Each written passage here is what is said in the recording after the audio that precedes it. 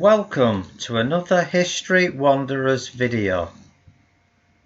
I know it's been a while since I put a video up, but that's because I've been researching the Battle of Denmark Strait and come across something while I was looking into the hits by the Bismarck on both the Hood and the Prince of Wales that I'd appreciate some views.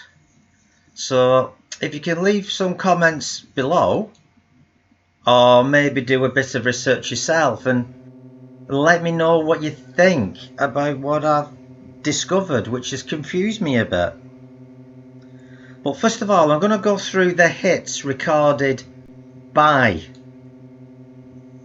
the Bismarck. But I'm going to start with the Hood, then I'm going to move on to the Prince of Wales.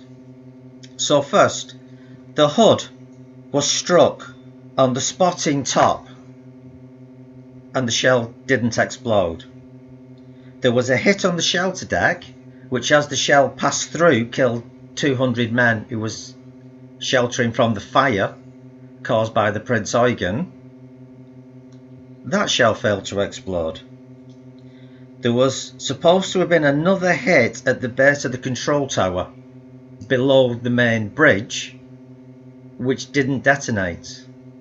And then we have the hit at the base of the main mast, which is the shell that's supposed to have penetrated to either the 4 or 15-inch main magazine and detonated. Now, let's move over to the Prince of Wales. The Prince of Wales was struck below the waterline with a 15-inch shell that failed to explode. She was also hit on the starboard side of the compass platform by a shell that passed straight through, of which the bridge crew was wounded and incapacitated by the fragments of the ballistic cap as it passed through. That shell failed to detonate. She was also hit amidships, and that shell ended up in the starboard compartment next to the boiler rooms, and it wasn't diffused until she docked again at Rosyth. So this makes me wonder, of 7 confirmed hits, did the hit that struck the Hood at the base of the mainmast, was that a dud as well?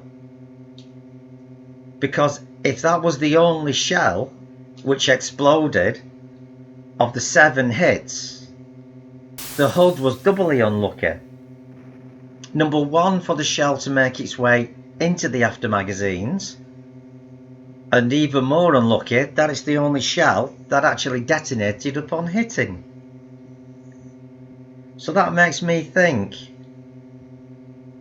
were the shells on board the Bismarck either A, poorly fused, like the U-boat's early torpedoes, which had a high failure rate, or because the Bismarck's crew was so green that they failed to fuse the shells before they loaded them.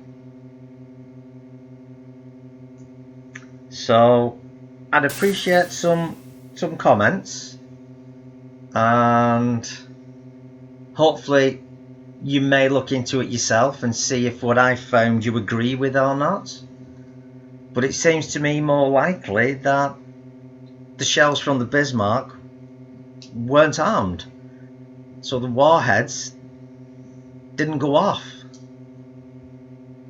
So I'll leave this video for now, and I'll go back to my books and continue researching.